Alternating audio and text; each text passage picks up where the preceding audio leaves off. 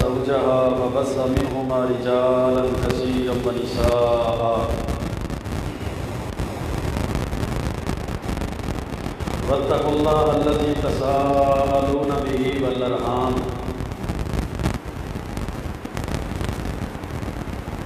إن الله كان عليكم رقيبا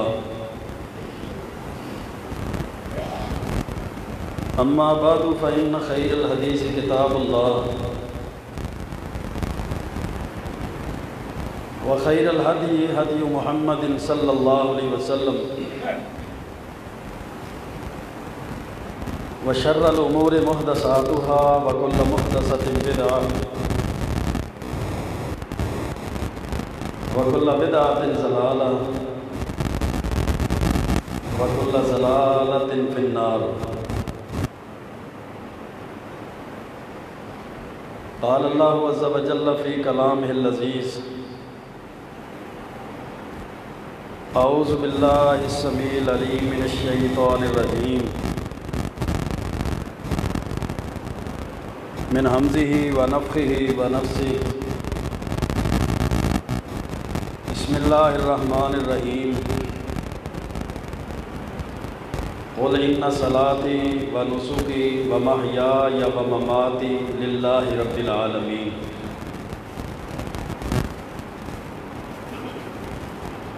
وعن أبي هريرة رضي الله تعالى عنه قال قال رسول الله صلى الله عليه وسلم من كان له ساعة ولم يزه فلا يقربن مصلانا. رواه ابن ماجہ فی سننہ. رب اشرح لي صدري ويسر لي امري واحلل عقدة من لساني يفقهوا قولي. رب زدني علما سبحانك لا علم لنا الا ما علمتنا انك انت العليم الحكيم. اللهم صل وسلم على نبينا محمد وعلى آلہ وبارک وسلم وصلی علیہ.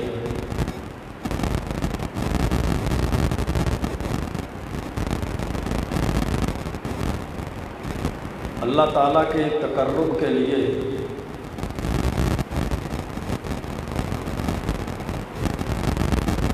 مخصوص جانوروں میں سے کسی جانور کو 10 ذو الحج اور ایام تشریق کے اندر ذبح کرنا یہ قربانی کہلاتا ہے.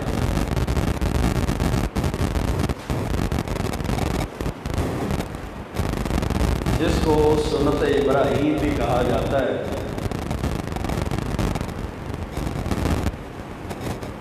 اللہ رب العزت کے ہاں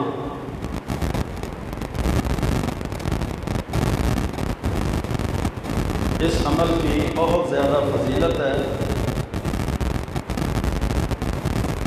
اور بہت زیادہ اہمیت ہے.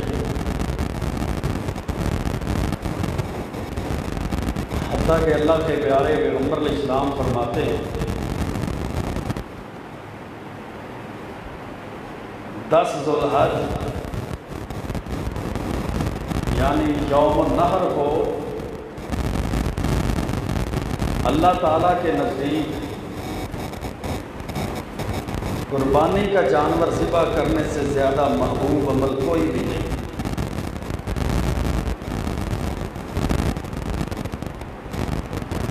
اس قدر اس مقام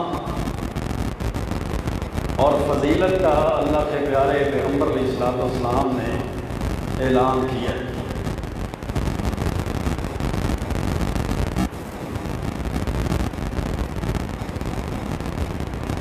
مسلمان جو طاقت رکھتا ہے وہ 10 ذو الحج کو یا ایام تشریق میں اس سے اگلے 3 دن اللہ کا تقرب، اللہ تعالیٰ کا قرب حاصل کرنے کے لیے جو جانور ذبح کرتا ہے، اس سے زیادہ محبوب عمل، فضیلت والا عمل اللہ کے ہاں نہیں۔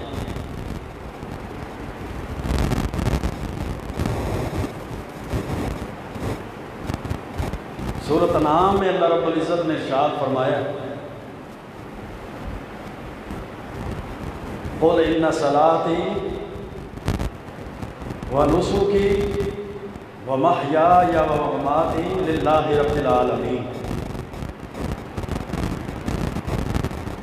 اے محبوب پیغمبر فرما دیجئے، بے شک میری نماز اور بے شک میری قربانی اور میری پوری زندگی حتیٰ کہ میری موت بھی اللہ کے لیے ہی، جو تمام جہانوں کا رب ہے، جو رب العالمین ہے۔ تو گویا نماز بھی اللہ کے لیے اور قربانی بھی صرف اللہ کے لیے، کسی اور کی خوشنودی کے لیے نہیں، یا سمت، مشہوری اور دکھاوے کے لیے نہیں، بلکہ صرف اللہ کو راضی کرنے کے لیے،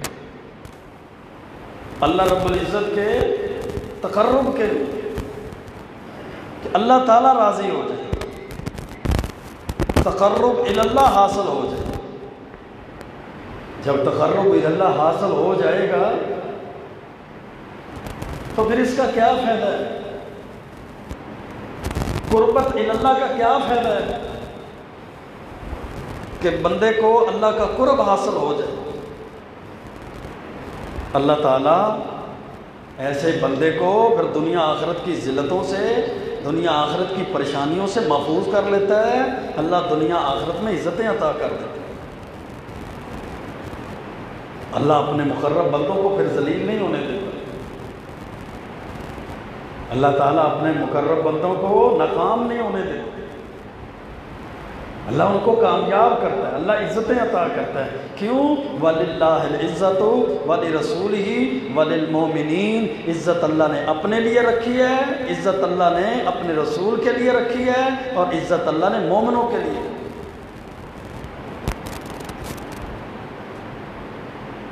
تو اس کی اہمیت کیا ہے؟ ابن ماجہ کے اندر حدیث ہے، اللہ کے پیارے پیغمبر علیہ السلام نے فرمایا، من کان لہ ساعۃ ولم یزہ، اللہ نے جس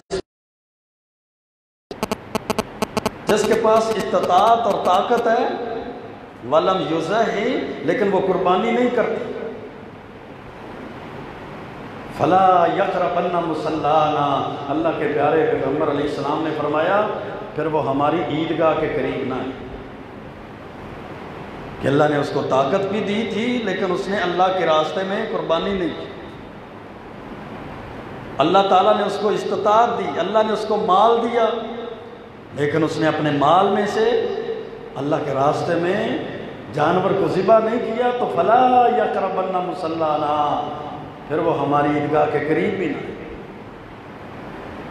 مال والے کے لیے، وسعت اور طاقت استطاعت والے کے لیے اس عمل میں اتنی سختی۔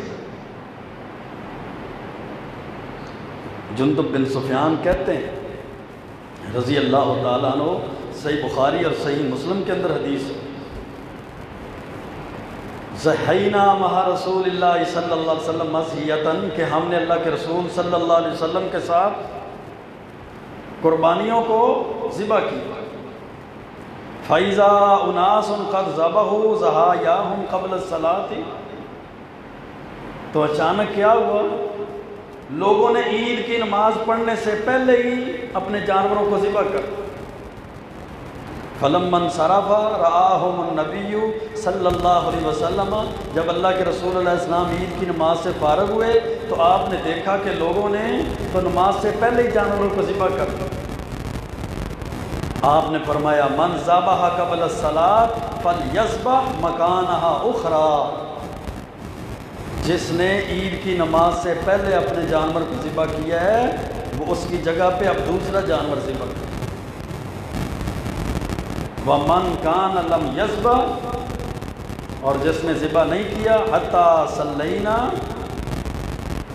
یہاں تک کہ ہم نے عید کی نماز پڑھ لی ہے، اب وہ عید کی نماز کے بعد ذبح کرے، فَلْيَذْبَحْ عَلَى اسْمِ اللَّهِ، اللہ کا نام لے کے اب وہ اپنے جانور کو ذبح کرے۔ اب اس حدیث میں یہ جو الفاظ ہے نا کہ جس بندے نے من ذبح قبل الصلاۃ، عید کی نماز سے پہلے جانور ذبح کر لیا ہے، فَلْيَذْبَحْ مکانہا اخرى، اب وہ اپنے اس جانور کے بدلے میں اس کی جگہ پہ اور ذبح کرے۔ یہ الفاظ بھی اس قربانی کی اہمیت کو واضح کر رہے ہیں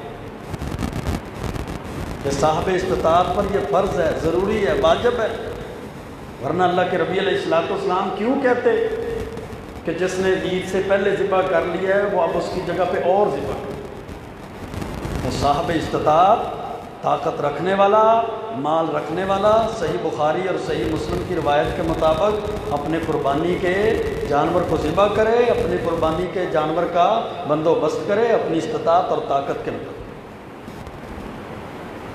شریعت نے اس کی شرائط رکھی، اللہ کے محبوب پیغمبر علیہ السلام نے اور اللہ رب العزت نے قرآن کریم کے اندر اور اللہ کے محبوب پیغمبر علیہ السلام نے حدیث مبارکہ کے اندر جہاں قربانی کی اہمیت، فضیلت بیان کی ہے، وہاں اس کے لیے شرائط بھی مقرر کہ اس عظیم عمل کرنے سے پہلے انسان کا عقیدہ درست ہو، انسان اپنے عقیدے کو، اپنے ایمان کو پختہ کرے، اپنے ایمان کی درستگی کرے، اپنے عقیدے کی درستگی کرے کہ اس کے عقیدے ایمان کے اندر شرک اور کفر کی ملاوٹ نہ ہو۔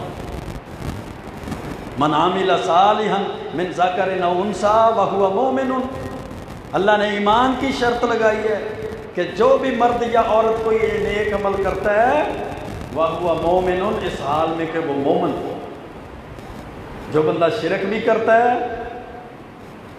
اور کفر بھی کرتا ہے اور بدعات اور خرافات بھی کرتا ہے اور ساتھ قربانی کے جانور بھی ذبح کرتا ہے، ایسے شخص کی قربانی کے عمل کا کوئی اس کو فائدہ نہیں، کیونکہ ایسے بندے کا عمل ہی اللہ کو قبول نہیں۔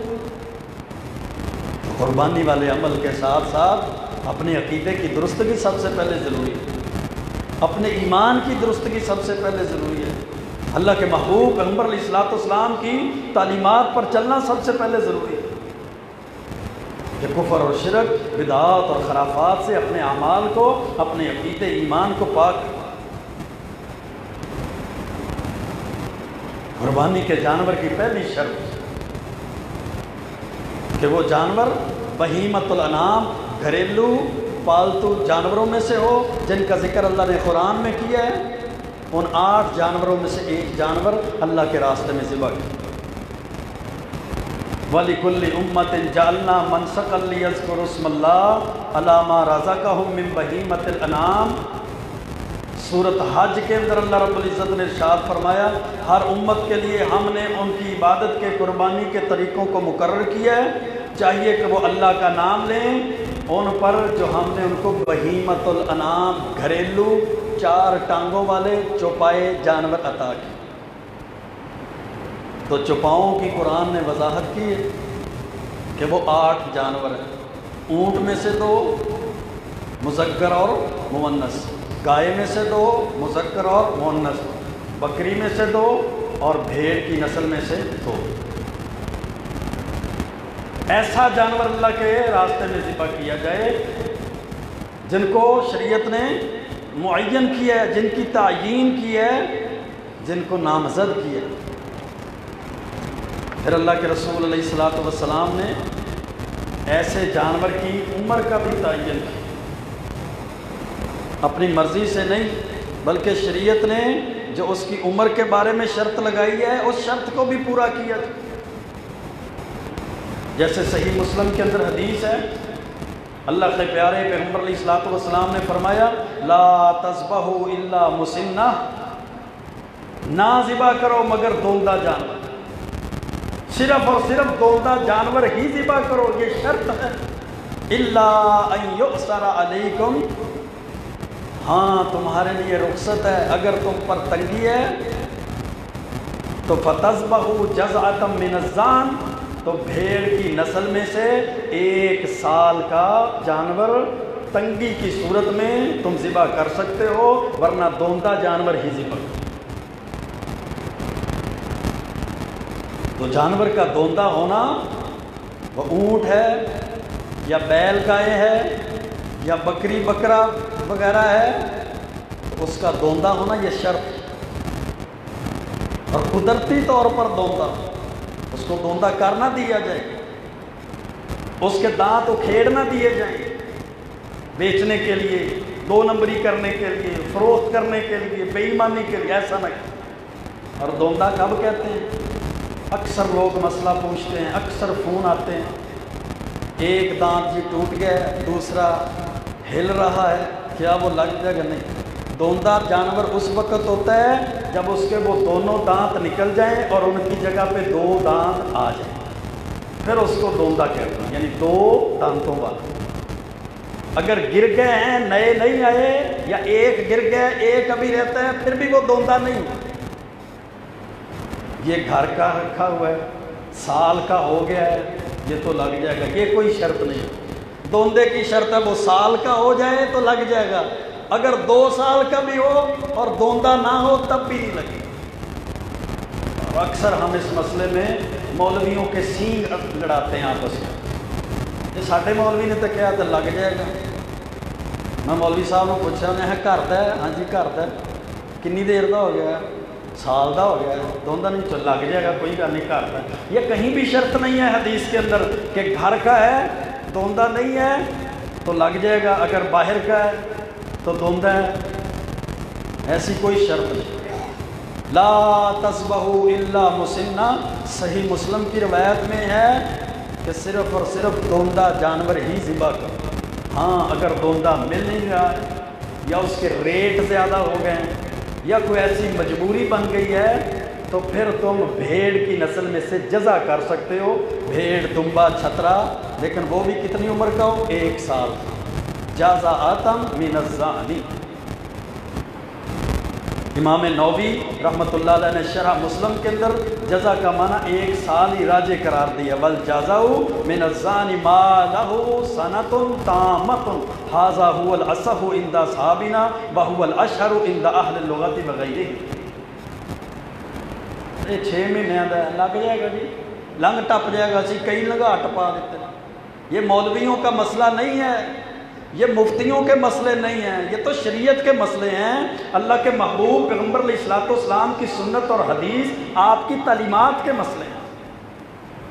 مجھے آج ایک بندہ کہنے لگا میرا داندا وہ جانور دوندا نہیں ہوا، میں تو لا دینا قربانی، لگے نہ لگے میں تو ذبح کر دوں، کیا فائدہ؟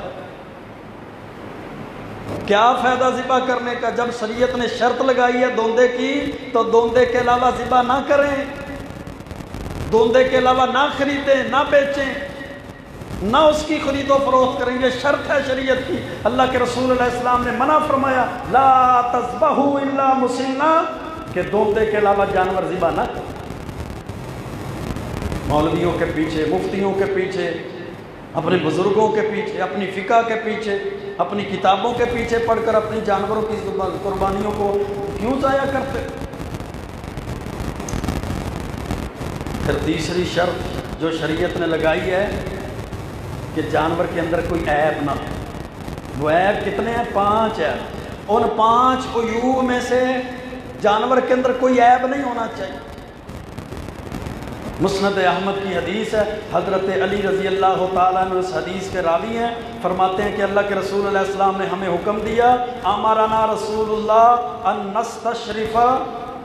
نستشرف العین والاذن والا نزہی الاوراق ولا مقابلہ ولا مدابرہ ولا شرقاء ولا خرقاء۔ حضرت علی رضی اللہ تعالیٰ عنہ فرماتے ہیں کہ اللہ کے رسول ہمیں حکم دیا کرتے تھے کہ ہم جانور کی آنکھوں کو اور اس کے کانوں کو اچھی طرح دیکھ لیں، اور ہم کانے جانور کو ذبح نہ کریں، نہ کان اگلی طرف سے کٹا ہوا اس کو ذبح کریں، نہ کان پچھلی طرف سے کٹا ہوا اس کو ذبح کریں۔ ولا شرقا، نہ کان چیرا ہوا ہو، چیرا ہوا کان وہ بھی جانور ذبح نہ کریں۔ ولا خرقا، اور نہ جس جانور کے کان میں سوراخ ہو وہ ذبح کریں۔ اللہ کے رسول علیہ الصلوۃ والسلام کی سنن ابی داود کے اندر حدیث ہے، حضرت برا بن عازب رضی اللہ تعالیٰ عنہ اس حدیث کے راوی ہیں، فرماتے ہیں کہ اللہ کے رسول علیہ السلام نے فرمایا اربع لا تجوز فی الاضاحی، 4 قسم کے جانور قربانی کے لیے جائز نہیں، 4 قسم کے جانور قربانی کے لیے جائز نہیں ہیں۔ العوراء بین عورھا، ایک تو کانا جانور جس کا کانا پن واضح ہے، تو اس کی آنکھ ضائع ہو گئی ہے، ایک آنکھ کا کوئی مسئلہ بن گیا ہے، کانا ہو گیا ہے، ایسا جانور بھی قربانی پہ نہیں لگے۔ والمریضۃ بین مرضھا، اور دوسرا بیمار مریض جس کی مرض بھی واضح ہو۔ والارجاء بین ضلعھا، اور لنگڑا جانور جس کا لنگڑا پن واضح ہو۔ والکثیر التی لا تنقا، اور ایسا بوڑھا کمزور جانور جو چلنے پھرنے سے بھی قاصر، انہوں کو لیندہ نہیں، انہوں کو دیندہ نہیں، واہ واہ سالاں دا ہو گیا ہوں تے گاں ہے، سوا بھی نہیں سندی، چلو اندے چیسے پا لو تینوں قربانی کر دے۔ ایسا جانور بھی شریعت نے اللہ کے راستے میں قربان کرنے سے منع فرمایا۔ جس جانور کا کان کٹا ہوا ہے، سینگ ٹوٹا ہوا ہے، اس کی آنکھ میں کوئی مسئلہ ہے یا اس کے چلنے میں کوئی مسئلہ ہے یا وہ مریض ہے، ایسا جانور قربانی کے لیے موضوع نہیں ہے، اللہ کے رسول علیہ السلام نے منع فرمایا۔ خریدتے وقت اس کو چیک کریں، دیکھیں۔ وپاری خود ہی مفتی بنے ہوتے ہیں، جن کو لین جاؤ نا بچہ لین جاؤ، واہ مفتی بڑا بڑا مفتی، انہیں کی تک ہے وہ دستا ہے نہیں، اسی تو ایویں کئی لے نے تو کئی بیچے نے، وہ لگ جاتے ہیں، لگ جاتے ہیں، کوئی گل نہیں۔ جس کا کان کٹا ہوا ہے، کان کے اندر سوراخ ہے، کان آگے سے کٹا ہے یا پیچھے سے کٹا ہوا ہے، اس کا کٹ واضح ہو رہا ہے، ایسا جانور مت خریدیں۔ جس کا سینگ ٹوٹا ہوا ہے، ایسا جانور مت خریدیں۔ جو لنگڑا کر چلتا ہے، ایسا جانور مت خریدیں۔ جو بیمار ہے وہ بیمار بھی مت لگے، یہ نہیں بیمار بھی کر لو تو نال صحت مند بھی کر لو، جہاں بیمار ہے ان کا گوشت بنڈ دیاں گے تو صحت مند نمی فرج لے آنگی کا دے واسطے ہج نہیں۔ اللہ کے راستے میں بیمار عیب والا جانور، کان کا کٹا ہوا، کان کا چیرا ہوا، کان کے اندر سوراخ، آنکھ سے کانا، پاؤں سے لنگڑا، بیمار، بوڑھا، لاغر، کمزور کہ ہڈیوں میں گوتا بھی نہ رہے، ایسا جانور اللہ کے راستے میں نہیں لگے۔ چوتھی شرط جو شریعت نے لگائی ہے 6 شرطوں میں سے، وہ یہ ہے کہ جانور قربانی کرنے والے کی ملکیت میں ہو۔ پہلے اس کا ریٹ دے کر، قیمت دے کر اپنی ملکیت میں کرے، یا وہ کسی کے ساتھ سانجھا ہے، شریک ہے، حصے تے پہلے وہ برابر کرے، نہیں حصے والا گھر بیٹھا ہے تے حصے پا کے قربانی کا جانور ذبح کرتا ہے۔ قربانی کے جانور کو اپنی ملکیت میں کرے، ماری کٹی والا تے 2 نمبری تے دھوکھا تے غصب شدہ تے چوری ٹھگی والا جانور یہ نہیں ذبح کرنا اللہ دے رستے تے، نہ یہ لگنا ہے، فائدہ کوئی نہیں۔ اپنی ملکیت میں کرنا، یہ شریعت نے شرط لگائی ہے کہ وہ جانور ذبح کرے جس کا وہ مالک ہے، جس کی ملکیت میں وہ جانور۔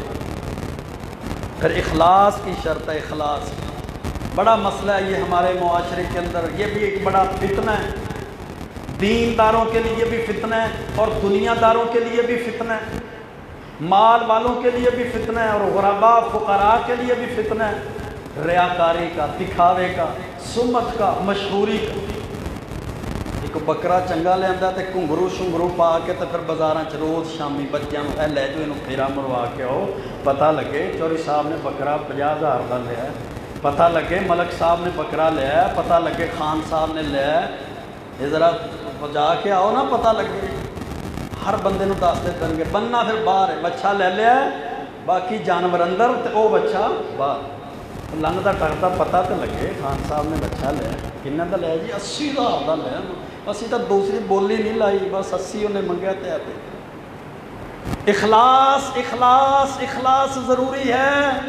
جن 3 بندوں کو اللہ نے سب سے پہلے جہنم میں پھینکنا ہے وہ گناہ گار نہیں ہے، وہ زانی شرابی نہیں ہے، وہ 3 بندوں میں سے جن کو سب سے پہلے جہنم میں پھینکا جائے گا وہ مولوی ہوں گے، قرآن کے قاری ہوں گے، اپنا مال اللہ کے راستے میں خرچ کرنے والے ہوں گے، اپنی جان اللہ کے راستے میں قربان کرنے والے شہید ہوں گے۔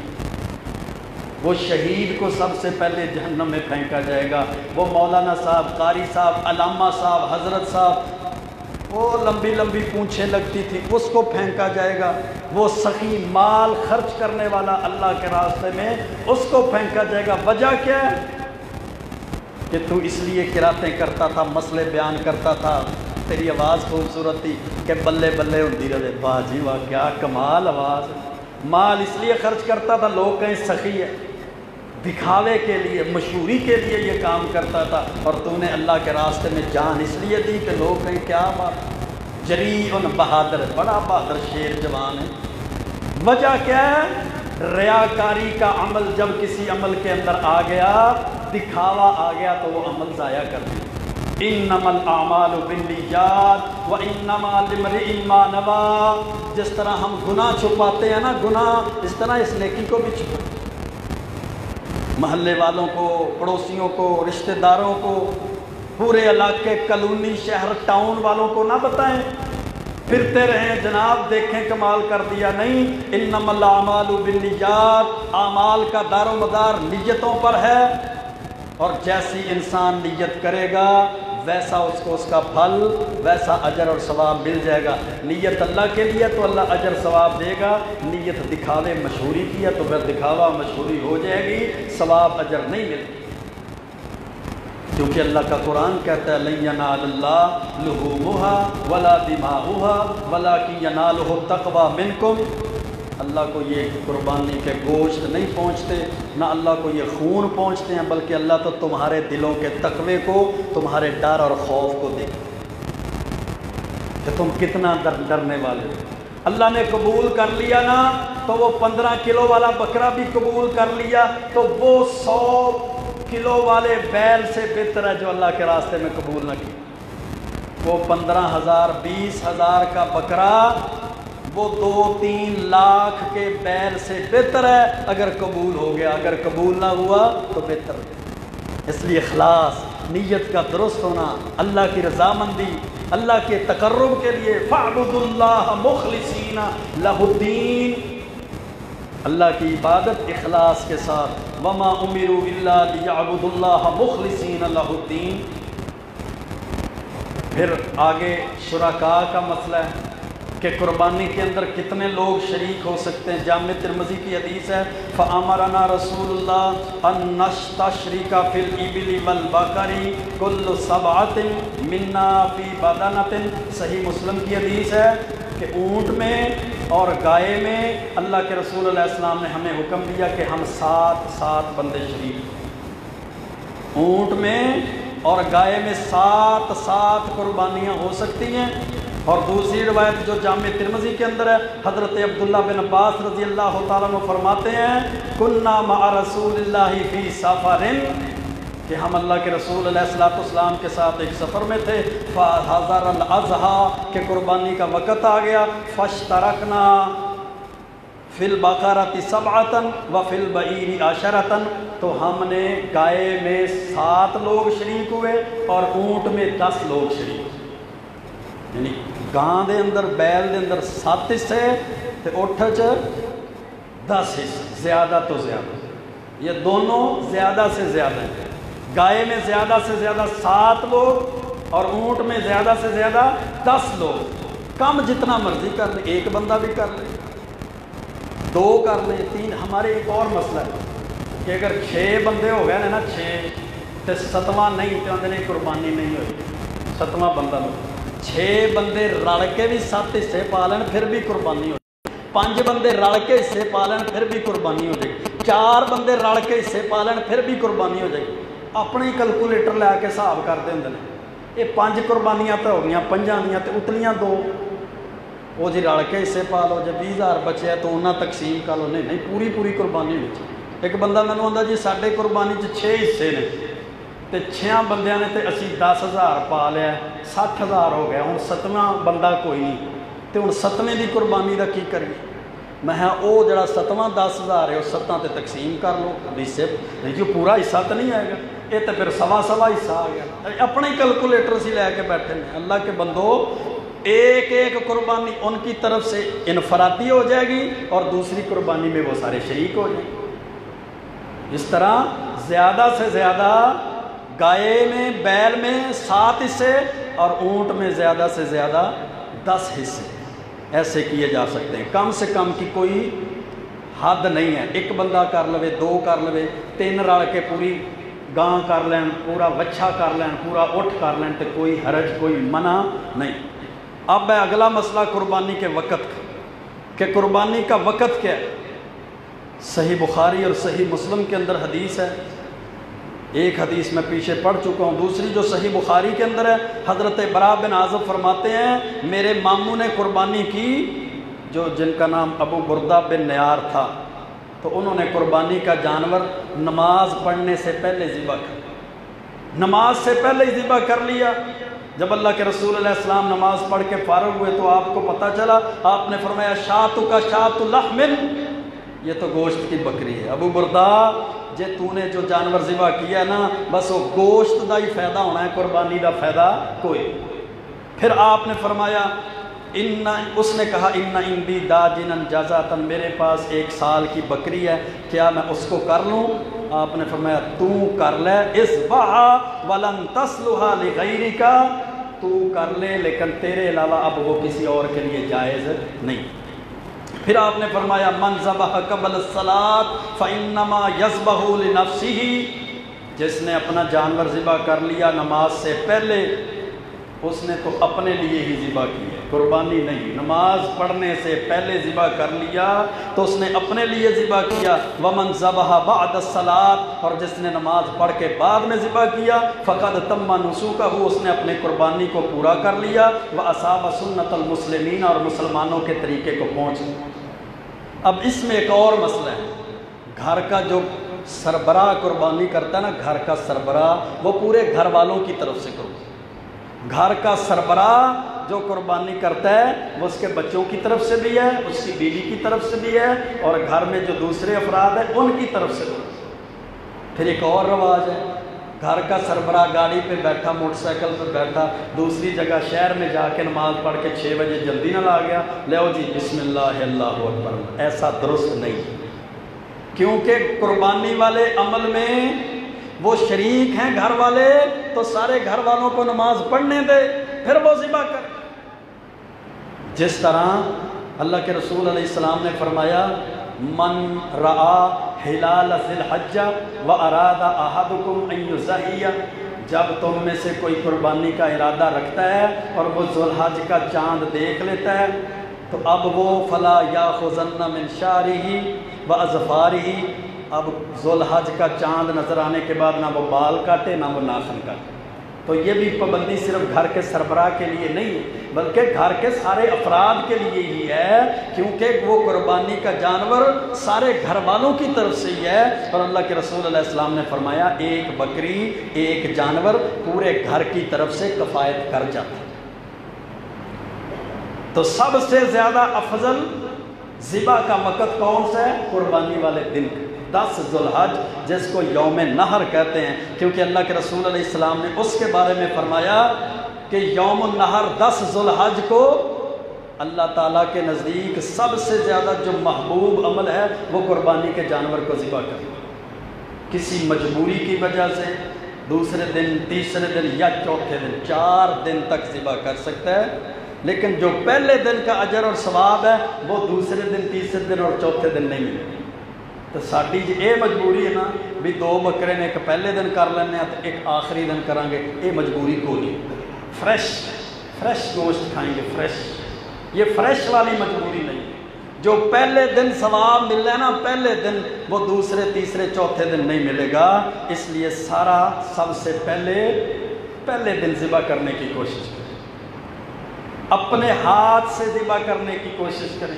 بسم اللہ واللہ اکبر یہ دعا پڑھ کے جانور کو قبلے کی طرف منہ کر کے اس کو لٹا کر تیز چھری کے ساتھ یہ دعا پڑھ کے ذبح کریں۔ اگلا مسئلہ گوشت کی تقسیم کا ہے۔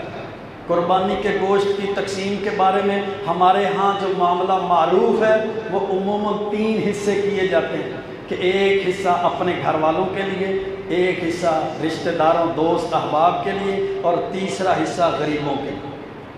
ایسا کرنا ضروری نہیں ہے، اگر کوئی ایسا کر لیتا ہے تب بھی درست ہے، لیکن اگر کوئی 2 حصے کر لیتا ہے قربانی کے جانور کے کہ ایک حصہ گھر والوں کے لیے دوست احباب کے لیے رکھ لیا، رشتہ داروں کے لیے، اور دوسرا حصہ غرباء میں فقیروں میں غریبوں میں یہ تقسیم کر دیا، تب بھی درست ہے، تب بھی درست ہے، کیونکہ شریعت نے قربانی کے گوشت کی تقسیم کی کوئی شرح مقرر نہیں کی۔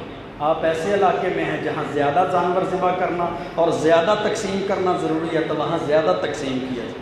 اللہ کے رسول علیہ السلام نے حجۃ الوداع کر موقع پر جو اونٹ ذبح کروائے وہ اونٹ سارے کے سارے ہی تقسیم کر دیے، سارے کے سارے ہی تقسیم، کوئی سارا بھی تقسیم کر دیتا ہے تب بھی درست ہے، لیکن تقسیم نہ کرنا، اللہ کا قرآن کہتا ہے فَكُلُوا مِنْهَا وَأَطْعِمُوا الْبَائِسَ الْفَقِيرَ، قربانی کے گوشت میں سے خود بھی کھاؤ اور تنگ دست کو اور فقیر کو، سوال کرنے والے کو، محتاج کو بھی کھلاؤ۔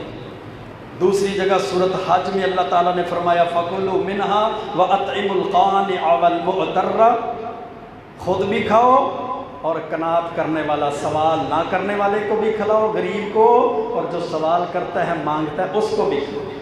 صدقہ کرنا قربانی کے گوشت میں سے یہ ضروری ہے۔ اگر اس نے قربانی کا جانور ذبح کیا، کچھ پکا لیا، باقی سارا کا سارا فریز کر دیا، فریج میں رکھ دیا، تو پھر ایسے قربانی کے جانور کا کوئی فائدہ نہیں، ذرہ برابر بھی فائدہ نہیں ہے۔ اس نے صرف اپنے لیے ذبح کیا تھا، خود کھا لیا، ذخیرہ کر لیا، سٹور کر لیا، فریز کر لیا، بس اس کو اور اس کی فیملی کو فائدہ ہو گیا، اجر اور ثواب بالکل بھی نہیں۔ اور ہمارے ہاں ایک اور مسئلہ بڑا مشہور ہو رہا ہے، بڑا رواج بن رہا ہے، ایک بکرا چھوٹا گوشت واسطے وہ قربانی واسطے کر لو تو ایک حصہ وڈے چ پا لو۔ ہن جڑا بکرا ہے وہ ذبح کر کے گھر رکھ لو تے جڑا بچے دا گاں دا وہ سارا تقسیم کر دو۔ اب وہ جو بڑے میں حصہ ڈالا نا گائے میں یا بیل میں وہ سارا تقسیم کر دیا، وہ قربانی ہو گئی، لیکن جو بکرا گھر کے لیے رکھ لیا، سارے کا سارا گھر میں رکھ لیا، اس میں سے تیسرا حصہ یا آدھا بھی تقسیم نہیں کیا تو اس قربانی کا کوئی فائدہ نہیں، ایک لگی تو ایک کو نہیں جی لگی۔ اس لیے جتنا ہو سکے تیسرا حصہ یا آدھا جتنا ممکن ہو سکے اس میں سے صدقہ کرو، کیونکہ صحیح مسلم کی حدیث ہے، اللہ کے رسول علیہ السلام نے فرمایا فَكُلُوا، کھاؤ، وَادَّخِرُوا، رکھ بھی لو، وَتَصَدَّقُوا، تے صدقہ بھی کرو، کھاؤ بھی تے رکھو بھی تے صدقہ بھی کرو۔ تو جب پہلیاں 2 چیزاں تے عمل ہو گیا، کھان تے بھی تے رکھن تے بھی، تے تیجی تے عمل نہ ہویا تو پھر کوئی نہیں کرو۔ فَكُلُوا وَادَّخِرُوا وَتَصَدَّقُوا، صدقہ کرنا ہے، یہ نہیں 20 کلو دا بکرا سی تو 1 پلیٹ گوانڈیاں نو بھیج صدقہ ہو گیا باقی تے گھر نہیں، ایسا نہیں، ایسا نہیں۔ اب وہ جتنا بھیجے گا، جتنا تقسیم کرے گا، ایک حصہ تقسیم کیا ہے تو ایک حصہ صدقے کا چلا گیا، 2 حصے تقسیم کر دیے تو 2 صدقے کے چلے گئے، آدھا رکھ لیا، آدھا تقسیم کر دیا، اب آدھا صدقے کا چلا گیا، اس کا اجر اور ثواب اس قدر ہی ملے گا۔ اب انسان کی مرضی ہے کہ جس قدر چاہے وہ صدقہ کر لے، لیکن صدقہ کرنا، تقسیم کرنا، غریبوں میں رشتہ داروں میں دینا یہ ضروری ہے۔ یہ نہیں بھی جنہ دے گھر قربانی کوئی نہیں اتنے تے پہنچیا نہیں، اے میرے دوست وال دے آؤ، اے میری بیگم دی سہیلی وال دے آؤ، اے میرا یار ہے ادھر دے آؤ، انج کوئی فائدہ نہیں۔ جڑا پہلے ہی رجیا بیٹھا ہے انہوں لے لو، آؤ جی روٹی کھاؤ، چھوٹے گوشت نال کھانا کی فائدہ۔ وہ بھوکے دا خیال رکھو، بھوکے غریب گاؤں میں غریب ہے سب کو پتہ ہے، رشتہ داروں میں جو غریب ہے سب کو پتہ ہے، یتیم، مسکین، غربا، فقراء، جن کو سارا سال نہیں نہ ملتا گوشت کھانے کا، ان کا خیال زیادہ رکھیں۔ تو جی انہوں کا خیال رکھنا جنہ دیا فریجاں پہلے ہی پیا رہتا ہے، میں تو بڑا تقسیم کیتا جی، پھر فائدہ نہیں، کیونکہ یہ اللہ کے لیے ہے، اللہ کے تقرب کے لیے، ثواب کے لیے، اجر کے لیے ہے، تو اس کو اجر اور ثواب کی نیت سے ہی تقسیم کیا جائے۔ آخری مسئلہ بال اور ناخن کاٹنے کا، کہ چاند دیکھنے کے بعد سے لے کر قربانی کا جانور ذبح ہونے تک نہ بال کاٹنے ہیں نہ ناخن کاٹنے ہیں۔ جب قربانی کا جانور ذبح ہو جائے گا پھر اپنے بالوں کو بھی کاٹ لینا ہے اور اپنے ناخنوں کو بھی کاٹ لینا ہے۔ بعض بندے 8 دن صبر کر لیندے نے، تو جدو عید پڑھن جاندے نے نا تو وہ چنگی طرح رگڑا کے داڑھی بنا کے پھر جاندے نے، بھی کیونکہ اتنے حافظ صاحب ڈانگ لے کے کھڑے ہونے نے، جب داڑھی نہ بنا کے گئے تو پتہ نہیں عیدگاہ چ بڑھن دینا ہے کہ نہیں بڑھنا۔ نہیں، انشاءاللہ داخل ہونے دیں گے آپ کو، بڑے پروٹوکول کے ساتھ، عزت کے ساتھ، احترام کے ساتھ آپ کو بٹھائیں گے۔ انشاءاللہ ایسا مسئلہ نہیں ہے جہاں آپ نے 8 دن صبر کر لیا، 9 دن صبر کر لیا، وہاں 1 دن اور نکال لیں، انشاءاللہ کوئی وزن نہیں بنے گا، نہ وہ وزن کا مسئلہ ہے، نہ آپ چلتے چلتے گریں گے، نہ آپ کو کوئی بوڑھا کہے گا، یہ بھی مسئلہ ہے جی۔ رکھتے لئیے بندے اندر ہوں بوڑھے ہو گئے، کوئی گل نہیں، انشاءاللہ ہم آپ کو ینگ ہی کہیں گے، جوان ہی کہیں گے، آپ رکھ لیں، اللہ کے فضل سے اس کا اجر بھی ملے گا، ثواب بھی ملے گا۔ داڑھی رکھنے والے بندے کو ہر وقت نیکی ملتی ہے، ہر وقت روٹی کھانا رہے، ستا پیا ہے، کاروبار کرتا ہے، زمیندارہ کرتا ہے، سفر تے جاتا ہے، ہر ٹائم ثواب ملتا ہے، کیونکہ ہر وقت اس نے داڑھی رکھی ہے۔ انشاءاللہ 2-3 بندے میری طرف دیکھ رہے ہیں، انہوں نے اعلان کر دینا آج جمعے کے بعد انشاءاللہ۔ اللہ خیر کرے، اللہ رب العزت معاملات کو درست فرمائے، ہمارے لیے آسانیاں پیدا فرمائے، امت مسلمہ کے لیے آسانیاں پیدا فرمائے، سنت حدیث پہ عمل کی توفیق عطا فرمائے۔ وقول قولی ھذا استغفر اللہ لی ولکم ولسائر المسلمین۔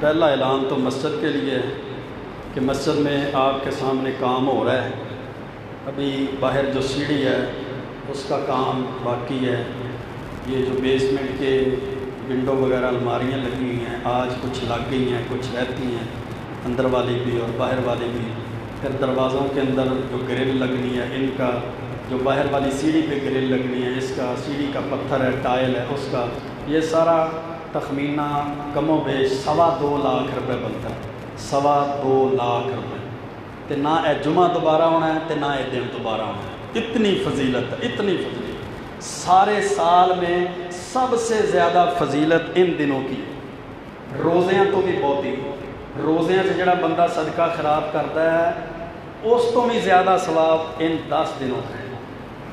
نفل پڑھیں گے سارے سال کے نفلوں سے زیادہ ثواب، روزہ رکھیں گے سارے سال کے روزے رکھنے سے زیادہ ثواب، صدقہ خیرات کریں گے سارے سال کے صدقہ خیرات کرنے سے زیادہ اجر، قرآن کی تلاوت کریں گے سارے سال کے قرآن کی تلاوت کرنے سے زیادہ اجر، اور اسی طرح ذکر اذکار کریں گے تو سارے سال کے ذکر اذکار کرنے سے زیادہ اجر ہے، زیادہ ثواب۔ تو ویسے بھی جمعے کا دن ہے، اللہ کے رسول علیہ السلام نے فرمایا جب بندہ جمعے کے دن صدقہ کرتا ہے اللہ تعالیٰ اس کو ڈبل اجر دیتا ہے، اللہ اس کو دوہرا ثواب دیتا ہے، دوہرا اجر دیتا ہے۔ دوہرا اجر کس وجہ سے ملتا ہے کہ اس کے صدقے کی وجہ سے، یہ جمعے کی فضیلت ہے، جمعہ والا دن دوہرا اجر، اور پھر جمعہ بھی کون سا ہے؟ ذو الحج کے مہینے کا پہلا جمعہ، پہلے عشرے کا جمعہ، جو دن سارے سال کے دنوں میں زیادہ افضل ہیں۔